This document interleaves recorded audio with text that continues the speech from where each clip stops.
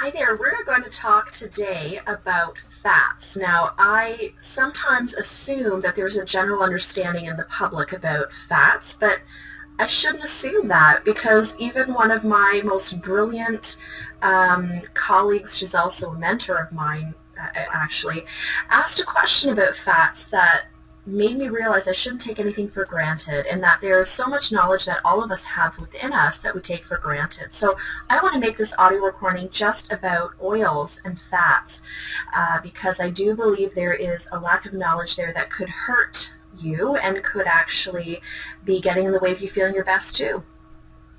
So one thing I wanted to talk about was not being afraid of fats.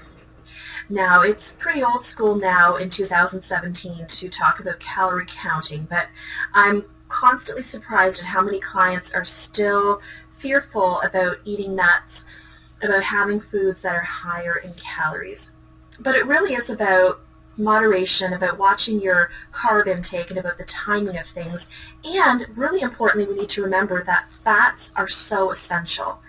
We can feel wired, anxious, more depressed, and have less ability to create hormones in our body when we don't have adequate fat intake.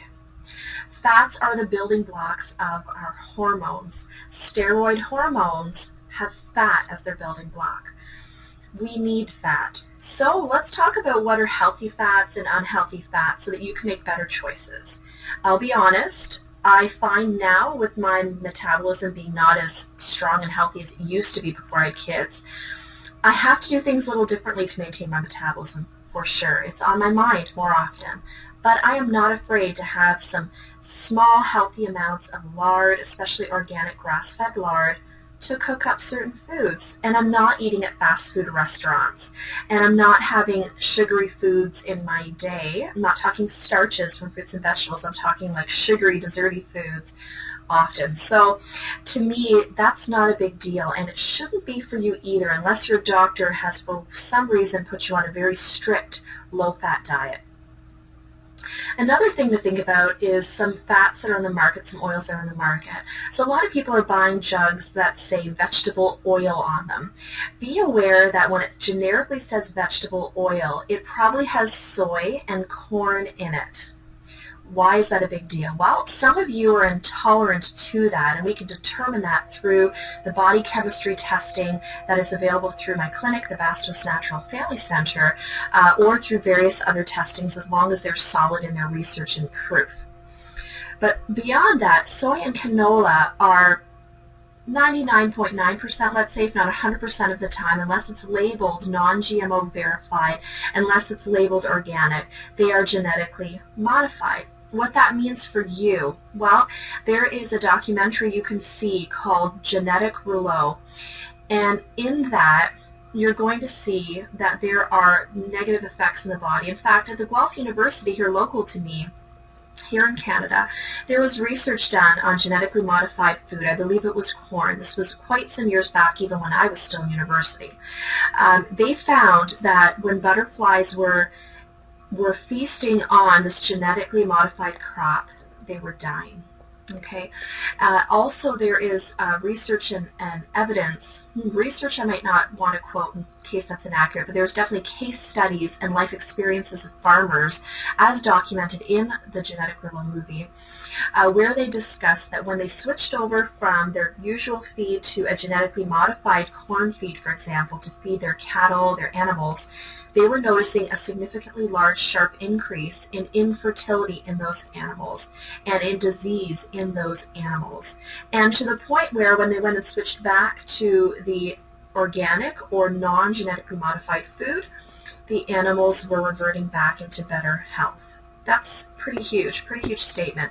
Now, genetically modified food is where they're pushing DNA into food, and the goal of it, although I'm not a scientist in that regard, I am in other ways, but not in that regard, to know exactly what they're doing there, they're basically making Frankenstein food that our body's not familiar with. And the goal of that food is to blow little holes in the guts of the bugs that eat that food. So although it won't kill us like it would a bug, it's not going to stop its action just because we aided a human. Okay, we don't have any neutralizing agents in our body to make that not do what it's doing to bugs. So it's creating a smaller impact that doesn't kill us. But there were pediatricians even in this documentary noting that they are quite sure that this is blowing little holes in the digestive tract of us as adults and children and humans who are eating this. What that means is leaky gut. And we know that leaky gut has a huge, vast array of ill effects in our body. We don't have to get into that in this video. We can certainly do some research or contact me to learn more about that. And it can cause inflammation in the body, definitely. I personally, as a doctor of 12 years now, have seen a staggering increase in the amount of young children, teenagers, tweens that have such serious bowel disease that 3 cases that stand out in my mind, they were on the brink of needing bowel resection. That is amazingly different than what it was when I started 12 years ago. Thankfully, it can be reverted if they're seeking the right care, but a scary, scary outcome for some individuals who don't know about how to take care of themselves in a way that is non-invasive. So we want to watch out for generic vegetable oil titles. You want to watch out for corn and soy oil unless you're sure that it says verified GMO-free on the packaging. I personally prefer to grab coconut oil, making sure it is not the deodorized kind. Deodorized coconut oil means that they allow the coconuts to rot and then they use some product to deodorize it so it doesn't smell, I guess, and taste bad for the oil that you're now consuming. That didn't sound good to me. Probably doesn't sound good to you either. So nowadays at Costco, even or at the Great Canadian Superstore, I know some of you might not like those bulk stores, but they do carry virgin coconut oil at a very reasonable rate, and that's safer. If you don't like the coconut taste, well, you can dig into some grapeseed oil. Grapeseed oil is excellent for high temperature pan frying, deep frying, which I don't do every day, but certainly I don't mind frying up for my kids some cassava French fries or some really whole grain spelt based, donut types that are safer and healthier that I use in my recipe books. So you can use it for that. You can use it for anything that's high heat. Olive oil, although it has a great reputation for health benefits, should never be used to cook your food. I know of some Portuguese individuals, as that is my cultural background, who are frying their foods in an olive oil.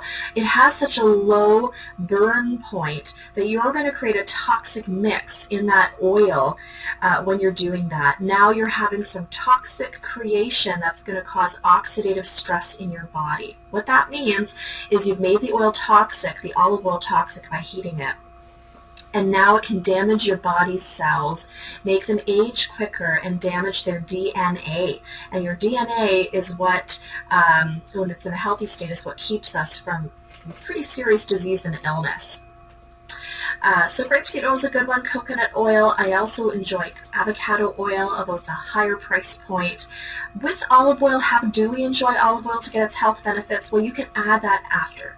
I'll make a pot of soup, and to each individual bowl, I'll spray in, or sprinkle in, I should say, or pour in, I should say, some extra virgin olive oil. You can add that to your vegetables after they're cooked, to your rice after it's cooked. Lots of ways. Beans, to your salad. These are all ways we can benefit from olive oil without it creating a toxic mix in our body.